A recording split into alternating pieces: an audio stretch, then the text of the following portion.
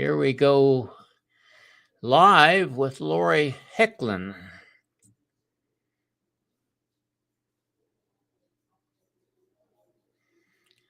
Okay, it says I'm on YouTube. It says I'm on Facebook. Let's roll it.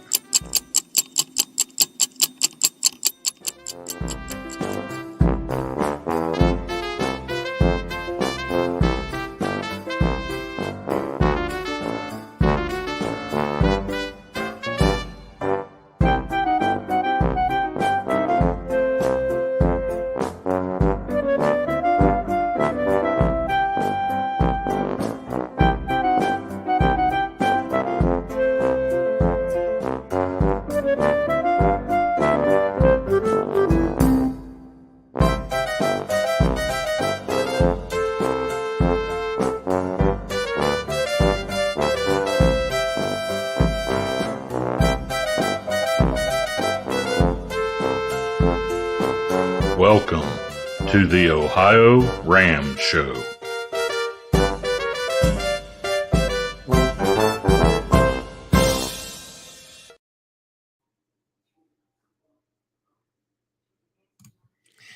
Well, it's the OhioRAAM Show. Lee Kreider here. And we have a great guest tonight, Lori Hoechlin out in California. She's got a great story to tell. And we won't get into giving that away till we get here a little further. We're glad to have you here with us. We come to you because of the time stations here in Ohio, the staff time stations in the Race Across America, time station 41 in Oxford, 42 in Blanchester, Ohio, and 43 in Chillicothe. And also we want to mention the signs. Man, if you've been on the Race Across America riding or a team, you know that here in Indiana, Ohio, you'll see these signs along the way, and we thank Mike Minium for doing that for us. A little later on, we'll be pushing a little bit to get him a little financial help, but not tonight. We want to make sure you watching on YouTube, you give us a subscribe and be sure to ring that bell while you're there. Those of you on Facebook, we hope you will give us a follow. We just got a nice group of followers there and new subscribers, and things have kind of been popping here a little bit. And we appreciate that.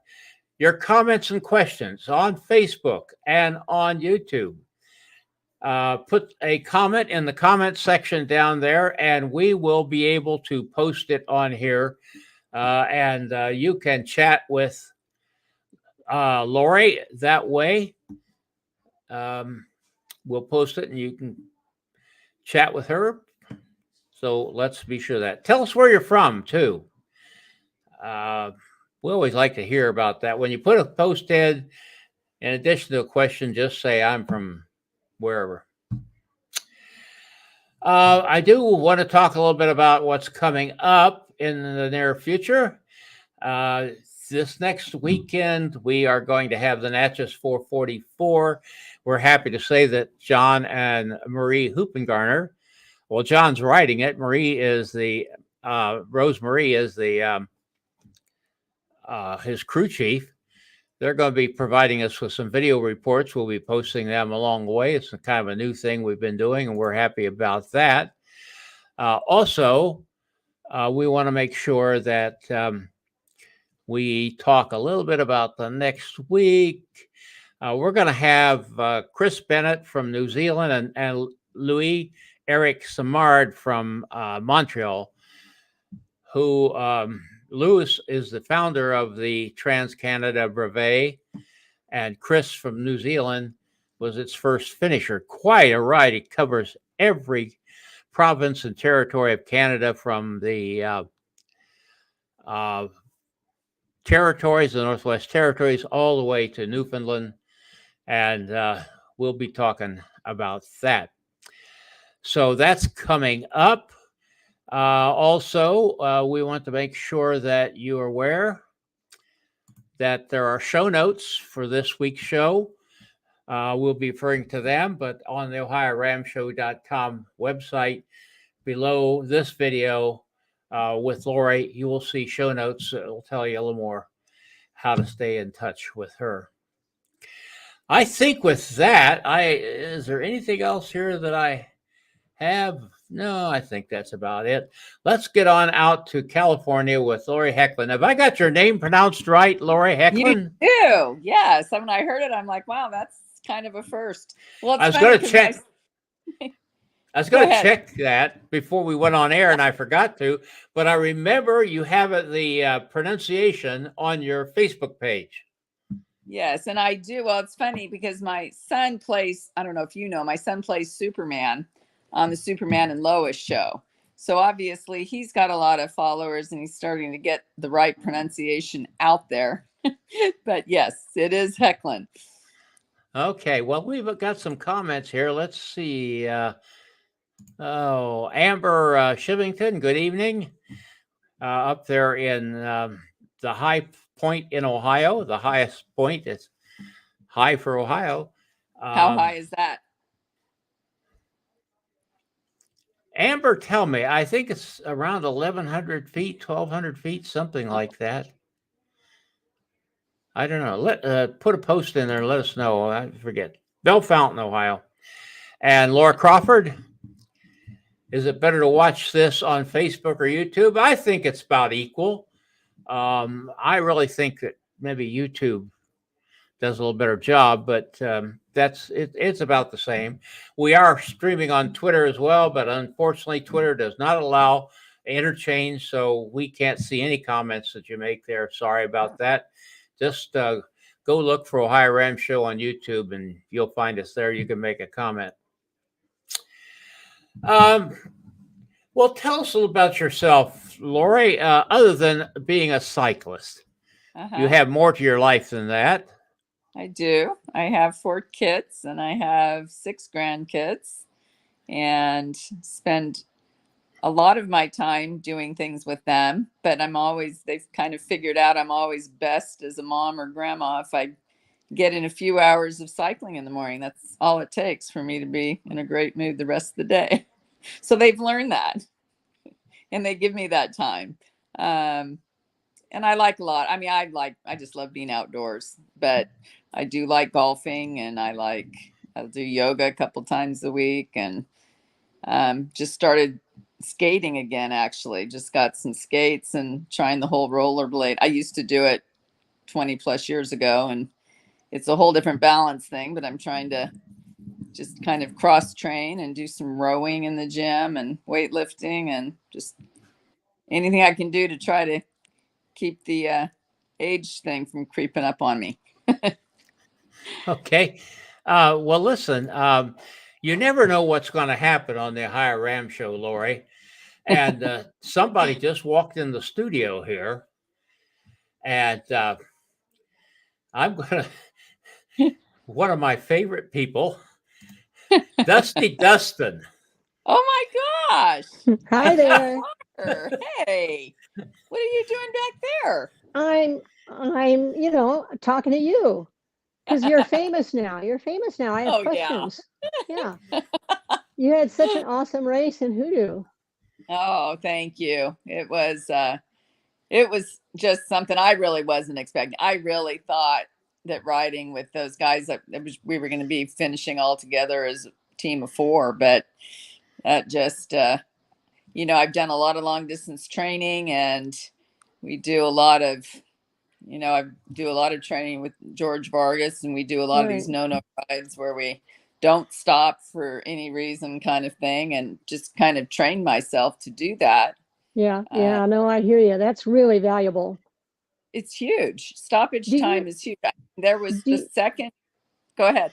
Well, I wonder, do you also do a number of double centuries? Because it seems I see those on Facebook and I'm wondering what your strategy is on those. I did one this year. And that was it. Yeah. Last year not last year because of COVID, I kind of lose track with the COVID thing, but the years that was it 2 years ago, we trained for the 508 and we trained for HooDoo. And it was 4 of us. It was George, Barb, Mike, and I. And we did back-to-back doubles to get ready for that. But I didn't do any of that this year. I just built a good base, and my thing is if I keep my heart rate within a range, I can go all pretty day. much all day without Yeah, searching. yeah. And then Yeah. honestly, once my heart rate comes back down, and I get off the bike, I really don't feel like I did anything the day before. So that's why stage racing is so great for me. I go out the next morning and I don't feel like I just did something. Yeah, no, I hear that. I wonder how the riders do it, the through the night version, because Yeah, by midnight, or I'm not a night person, so I can stretch my limits to like around midnight. And then I'm like, what the heck am I doing getting on a bike in the middle of the night? And especially when you do it as a team, you're on and off all the time. I right. find that I very, actually very think it's harder challenging. as a team. I think it's harder as a team because you come in, you kind of recover, but then you got to get yourself motivated to get back out. I mean, even this year on RAM, when we did our shift, I think the only thing that helped with that is knowing kind of had an A and B team that we put in a 4 hour Yeah, basically, I've heard shift. that You'd strategy. get Yeah, 4 hours off. And just knowing you were going to have some time off helped you with the 4 hours you were on. yeah, So I yeah. enjoyed that a Oh, lot. good. Yeah, good. So you've done Team RAM. Are you going back I've next done year? it twice. I did it as a 4 person the first time. Got very little rest on that, which is why the 8 person was kind of like a party on wheels. I mean, it was I've just like heard that too. a totally different feeling. You have I a would funny do it definition again. of party on wheels, but okay. Yeah. Well, we had some issues. Well, our whole team had COVID, basically. We didn't know until the end, but 21 out of the 24 of us all had COVID. And I kind of knew I did because I had a sore throat all week and was sucking down throat lozenges. But at that point, what are you going to do? You're going to pull Right. yourself out or just ride your bike? Well, we kind of got ahead of ourselves a little bit here. I should say, Dusty, we want to say that the reason why we have Lori on here this evening is the remarkable job she did at the HooDoo 500 with the stage race coming in first overall. We watched her. Some people might not quite understand uh, what stage racing is like in ultra cycling. So you want to explain that? So it's just a matter of racing multiple days. And that it can be different depending on what the race is. But HooDoo was a three day, and I think I'm going to get the mileage off, but it's like 190 the first day, 180 something second day, and then like 150ish the third day. Close enough. Yep. Is that close? Yeah. What is So that like on the second day when you essentially did a double century on the first day and then you get sort of a rattled sleep and then you get right back on your bike? How is that? it's not a problem for me, and that's why I always try to get in as early as possible because Yeah. obviously Yeah. turnaround time, the longer you can give yourself to recover, the better. Other than having to get up early again, Right. get out in the cold. I remember the second morning, and that's kind of what happened. I got out and it was so cold that I just started pedaling to try to generate some warmth. And then I looked back and nobody was there. And I'm like, well, shoot, the guys that I'm supposed to be riding with, where are they? Where's Yeah. everybody at? You're ahead of everybody. That's the problem. I was cold and I was motivated to get warm, but yeah, so that. Well, one of the features is the sooner you get finished with your day, the more rest you get. Yep. So yeah, and there was it's kind of builds on you. And I want to say hello to Laura, who said hi to Dusty. Doug Chivington is here. Amber just said feet. That doesn't tell me much. I know it was feet something. How high it is in Ohio. We actually do have a little ski area up there, believe it or not, and I enjoyed it quite a lot. Jane, hello from Marietta. Much respect for you. I see the challenges you and George Vargas embrace and conquer. Thoroughly inspiring. Well, thank you, Jane. Yep, She's one of our regulars here.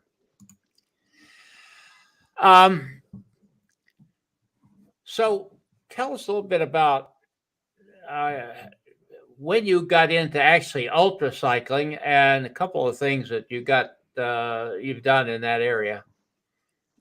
Yeah, so I really got into ultra cycling because I always had wanted to do an Ironman, which I'm it's funny, on my training days that I had to get out on my bike, I loved it. On days that I had to go run and swim, I wasn't nearly as excited, but I did it because I'm just very disciplined. So if my coach said that's what I needed to do, I went and did it.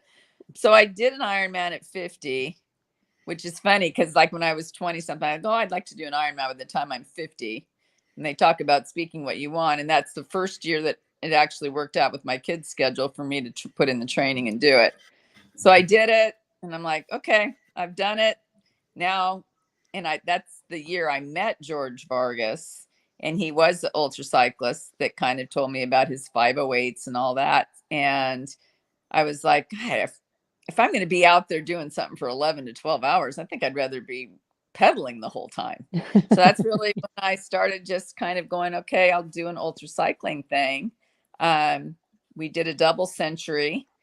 And then we signed up we were going to do the 508 as a 2-person team because he didn't want to do that on the tandem, the old course that went through Death Valley. And then all of a sudden, that's the year that Death Valley shut it down to where Chris Kosman had to make an adjustment. And we did a 300 instead. And so I said, oh, well, shoot, if we're only doing 3, maybe we could do the tandem. So we did. And that was my longest tandem ride. And then eventually we did do the new 508 course on the tandem 4 times. So, Oh, wow. yeah. And like I said, I think it's easier than team in a way, just because you get in a rhythm and you stay with it. His issue was always the sleep. And I thought that would be mine too. But it is kind of funny how when you're pedaling through the night, you feel like you trick your body into thinking it's supposed to be awake kind of thing. It's odd, but it does kind of work for me. And yeah, I'm like you, Dusty. It's funny because I've done it as a team 1 year and then 4 times on the tandem. And I don't know that I have it in me to do it by myself. Oh, I know I that's can't. the same thing I tell myself. I'm I like, know. and then I'm thinking, well, thank goodness HooDoo has a stage option because then I'm with you. It's kind of like, I mean, I'll get up and ride the next day. My legs are fine. My head is usually mucky muck for about an hour. It's just not ready to get up and go for the second or third day of racing. But I've always liked stage racing. There was a big OhioRAAM stage race, a 10-day women's stage race back in the 80s. And that was, you got up and raced every morning for 10 days. And it was in Idaho. So it was beautiful and climbing and all that. But it's kind of like, I don't know if I call myself an ultra cyclist or not. I'm kind of like one of the baby ones who just does the fringe events. Like if I can do a stage race, I'm very happy, I kind of wish 508 would do that for that reason. But well, and I wish so too. For a year or two there, they kept the old format of the odds and evens. right. And they added in one rider goes all the way to Eureka and the other rider goes 250 miles the other direction. That was a cool option. Right. But they're not doing that anymore. If you're doing it with a team, then they don't care when you get on and off. There's no designation for any of that. It's just too much. Separated anymore. What was that? Because a couple of years ago they had where you could do either way. You could do it where it was fixed. So they're not doing that one anymore. You can do it as a team and do whatever you want. That's the only, and I've talked about that, sending an email saying, can you clarify and can you please, and those kinds of things. And they're like, it's just too much to keep track of. If you want to do a team, you get on off whenever you want. So it's more typical. Yeah. And I liked the novelty of the, those varied chunks, the odds and even stages on that one. That was what drew me in. Yeah. Yeah. Except for very intriguing. That one cold shift in the middle of the night. Yeah. I'm telling you that is horrible. I mean, whoever gets that, you feel like, okay, what did you do wrong to deserve that shift? Well, and I remember the last time I did it, I had 2 night shifts. And so now you got to put on your icky night stuff over again, several hours later. It was 18 degrees at 3 o'clock in the morning. And I'm like, okay, so what'd you ride so fast for that I have to get back on again right away? Like, because the partners I'd done it with before, it was daylight when I started that 70-mile out to Eureka.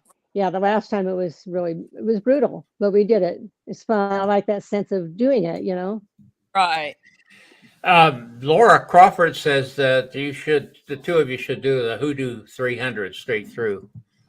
I think she's right. I think that there's a we did. time for maybe Yeah. doing something fun like that. I did it straight through with Robert Baldino last month. It has its challenges if you're only using one vehicle. So there's a lot of details to work out as far as gearing and, gear and all that stuff. But yeah, what did you So you think did though? You did 300 straight? Yes, straight through. Okay. What is your, but I keep thinking, yeah, but if you do the 500 stage race, you get to see the second day scenery, and everybody says that's the big. Yeah. Well, that's kind of with my husband crewing. I was like, it's great to see everything because it's so pretty. Yeah. And think of doing some of that at night. Obviously, the danger of it as well. You're a little more, although I like this new course this year. Did you It's like the that first time I descent? did. What's that? Did you like that, what I would call the scary descent after Cedar? Yeah, I didn't mind that. I thought that was really fun. Okay. Yeah, okay, from Brian. Is that what you're talking? My partner rode it. It was the middle of the night, so I couldn't see it. Oh. But it was after Cedar Breaks. So I rode to the top of Cedar Breaks, and then he took that scary descent with all the twists and turns. But apparently it's pretty short. But it's technical. It's a nice road. I did get stung by a bee there this year, a wasp, and that was kind of painful. I had to have my husband stop and get some cream because it was burning so bad. Yeah. Right on the knee. I was like, "Oh, are you kidding? What are you going to do?" What would you call your most favorite moment in cycling? Oh gosh, that is so hard, Dusty. Man, I have to say, RAM this year was pretty spectacular. But I just did Lodajaw. I've seen that. It makes me, and I saw your results, so I'm thinking maybe next year. I have to say it's funny because Chuck Bramwell asked me about how it compares to the doubles here in California. We have some pretty ones, there's no doubt, but the scenery there for pretty much the whole 200 miles is just spectacular. Where was that again? I didn't. That's Logan, Utah to Jackson Hole. Okay. It's a one-way 200. All right. Yeah. So it's a one direction 200 like the 444 is. And I hear that's beautiful, but it's like freezing cold for like hours. For hours. I had a vest over my speed suit and I was thinking I was going to take it off at the first stop. I ended up wearing it for 4 hours because it only got colder than from the start. It was low 30s. Yeah. And there were girls with, not even full fingered gloves. I'm like, oh my goodness, I freeze. I run cold. So I wanted to get a newspaper or something to put, and I didn't get time to do that. So I was just shaking. There was a point I was ready to stop. And I'm like, oh my gosh, I have never been at that point where I just felt so sick that I wanted to get off the bike. And then you're riding with the pack. And the thing is with that race, because it's a UCI event, you can't draft off anybody but women. So even though we'd ride at the same pace as some of the guys, we had to ride next to them. Couldn't use their wheel. They couldn't use ours. That's and we're interesting. That's interesting. Because we're like, we'd like to pull you in. He goes, oh, trust me. I want to be there too. Yeah. That happened several times. But yeah. And there's not a huge women's field and they're not going to be as fast as you are. No. And then what happens is, you get up the course, and then I did a breakaway and there was absolutely no women for me to latch on to at that point. Yeah. I was on my own. You don't need them. You're so dang strong. It is nice though. Yeah. It's nice to share the load for sure. And I was working with a great gal, Barbara, that I ride with a lot, Sullivan, and she's amazing. And her and another Natasha is 35 plus. We rode together pretty much the same. Then it was 44 miles to go and it was a climb, and I started putting a gap, and I'm like, well, I guess it's now or never. Made the break, and and the HooDoo did help, knowing I did HooDoo, because that was my thing with HooDoo. The first day I stayed, one of the guys had been recovering from COVID, so he ended up getting in the car on the first day. So then we were down to 3. So we all finished together the first day. And then the second day, I mean, they're stopping for lunch at Subway and getting sandwiches and Oh, chips. wow. Like, Yeah. this is a race. What are we Yeah. doing? I Yeah. don't stop. I mean, other than having to go to the bathroom usually once on a 200 miler, Yeah, I'm that if way I'm too. pedaling, I'm good. So I don't need to stop. Other than refilling a bottle. Yeah. And if you have somebody crewing that's handing you a bottle, you don't even need to stop to do that. Right, right. Do you So use, what nutrition do you use on your 200s? I use Spiz pretty regularly for, a couple bottles of that. So I can put 750 calories in a bottle. Yeah, yep. I'm right with you there. Yeah. And I then, mean, I use Hammer, but it's the same thing. I'm measuring out how many calories I can get in a Right. bottle and how, when I need to use it up and get a new one, refill and things like that. It's becomes very much a game plan. And I know the people who do the sure. doubles, they just wing it and eat all the food out there on the course. And I'm Yeah. like, okay, I would gag doing that. So yeah. No, I get sick if I try to introduce new foods or new Yeah. products. Yeah. So I always Yeah. take and even George and I, when we ride on our longer stuff, we always pretty much self-support. Just put Yeah. Well, yeah. extra baggie and fill up a bottle with water and add that and be Yeah. good. Yeah. So Yeah. yeah. Oh, Well, very cool. I want to get in here before we run out of time. Oops. I'm so glad I don't have anything to do. I thought maybe I'd go fix myself a sandwich or something while you ladies Well, talk. you told me to have questions, and they're on these pieces of paper. That's right here. right. That's exactly right. I love it. I love it. This whole idea, the less I do, the better I like it. But I do want to get on to finding out a little bit about what kind of plans you have for the future. I'm going to ask you first, Dusty. What's what we're gonna where are we going to see you? What I'm doing for that? Well, I'm going down for the Bass Lake Double in 2 weeks, and because Tom and Elizabeth Guevara, is that how you say the last name? They live right near the course, so I'm headed down tomorrow to pre-ride a big chunk of the first half of the course. For me, that's huge because then it's not an unknown on event day. And I struggle with even driving to an event that I've never been to before. It's even though you've got a navigator, I still have that sense of I've never been here before. Where am I? Right. So going down and pre-riding a little bit with some good friends. There's such good people. And so then after that, I will do, of course, Borrego Springs. And you're going to be at Borrego, right? I'm thinking about going out there. I have never done that. Oh, yeah. Okay. So do it. Well, you can't race it this year because, of course, registration is filled up. But you can certainly go out there and see it. I recommend going out there and being a part of it. And, of course, you can do some training while you're out there. You can see the glass elevator, which you probably already saw because you did, Rob. But, the atmosphere of that event is very intriguing because, when I'm out on the course, I'm out there with people like Marco, who comes by me on a lap, and I'll say, "Go, Marco." And there was a time when he just kind of went thumbs down on me. We were in a big headwind, and he was as miserable as I was. And I'm like, my hero was miserable because the wind was so bad. But you are out there with very geared up bikes, all the really slick equipment and stuff. So I'll go do the 12-hour, and then the next day I'll do the 6-hour because, I'm down there. And like you said, Lori, that way it's a stage race. Right. So, and I did that last year. You can do, that's cool.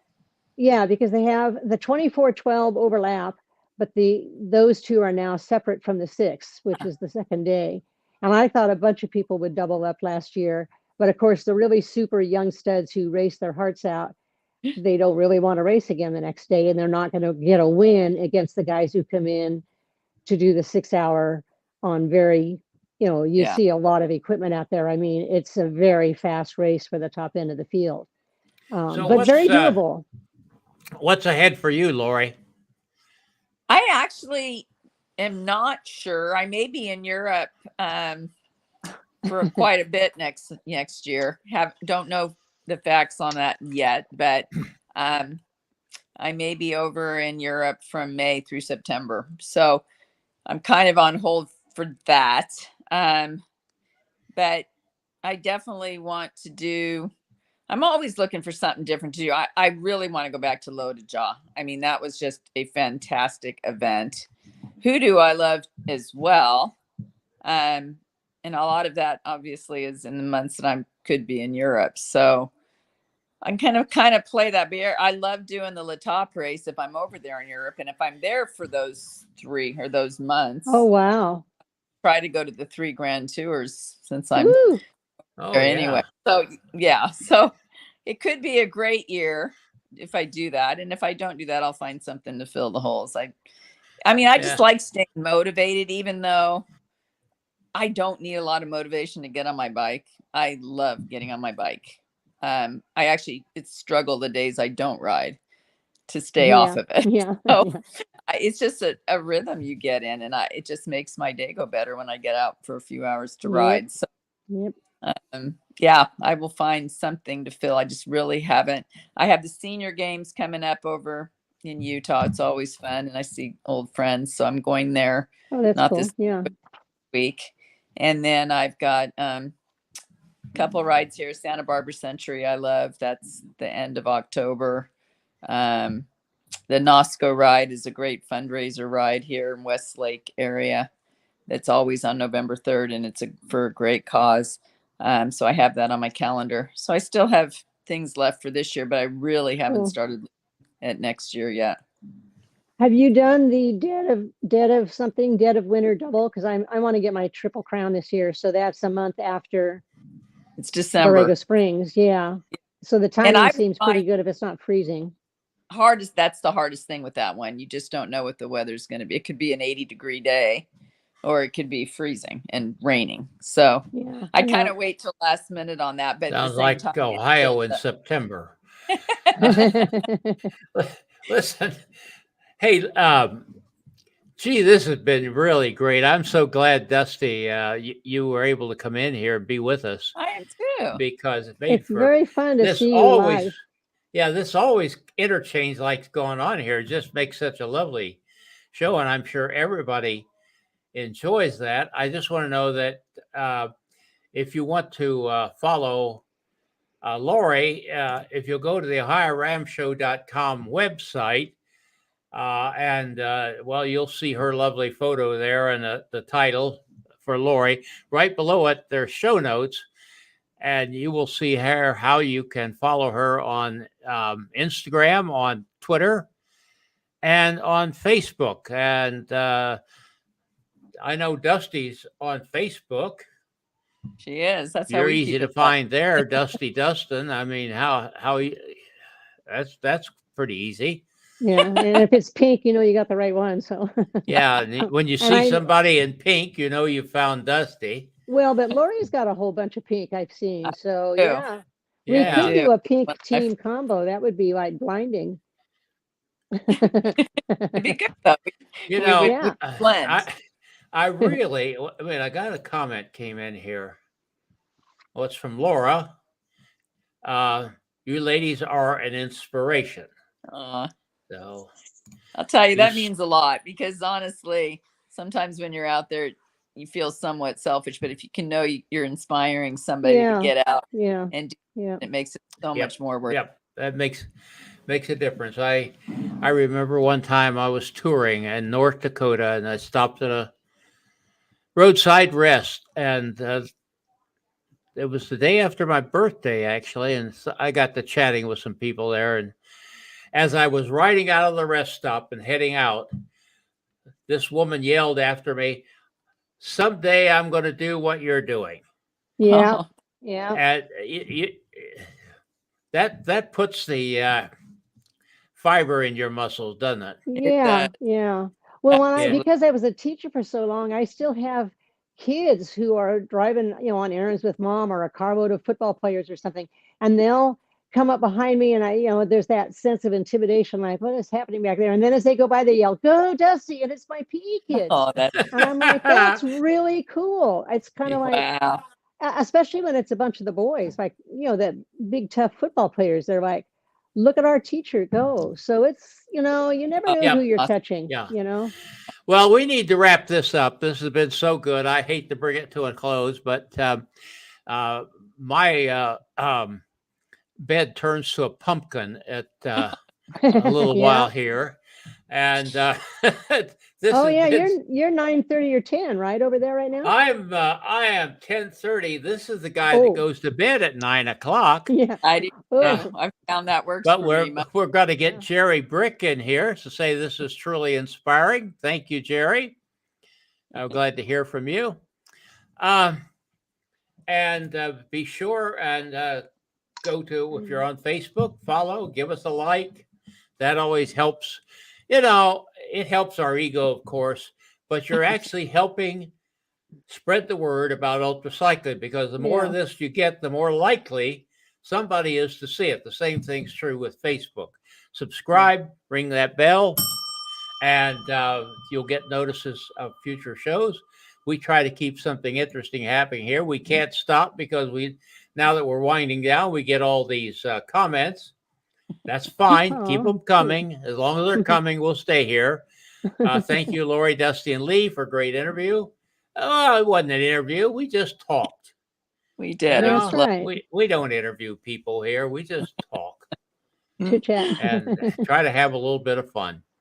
And a couple of things. Dusty, I have to say, sent me this beautiful painting she does in her I don't know what style you call it, Fun. but I call it my fun style.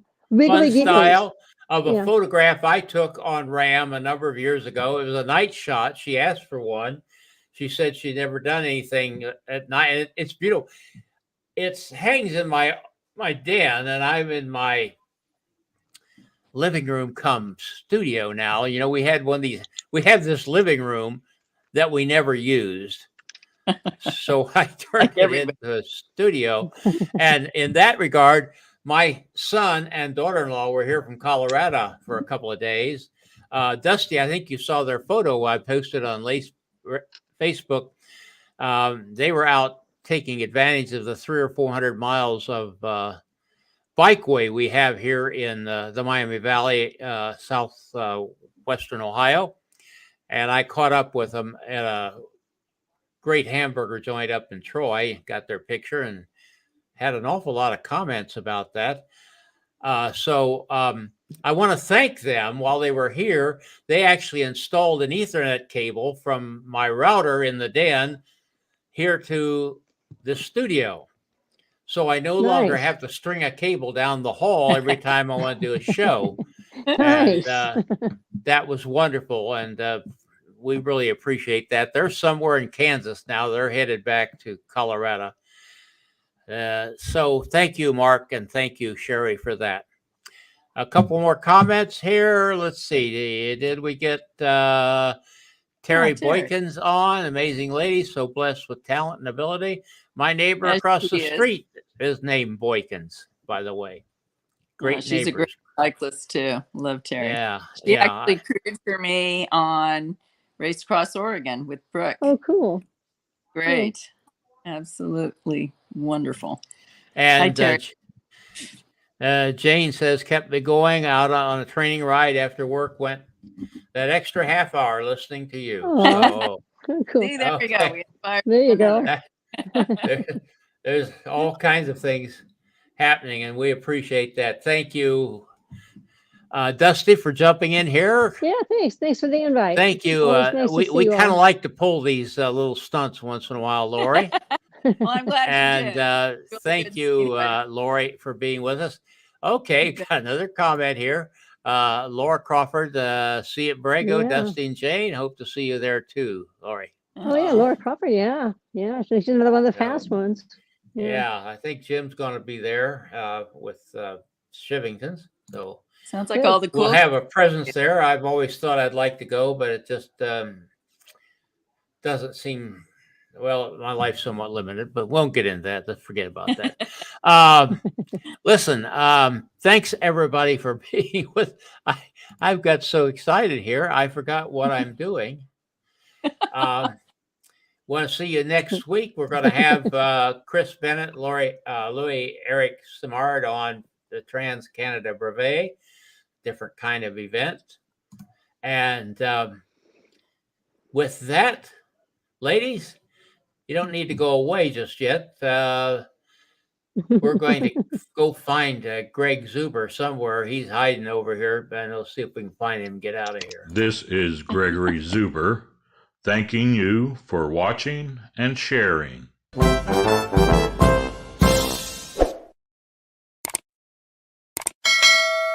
Music by Kevin MacLeod.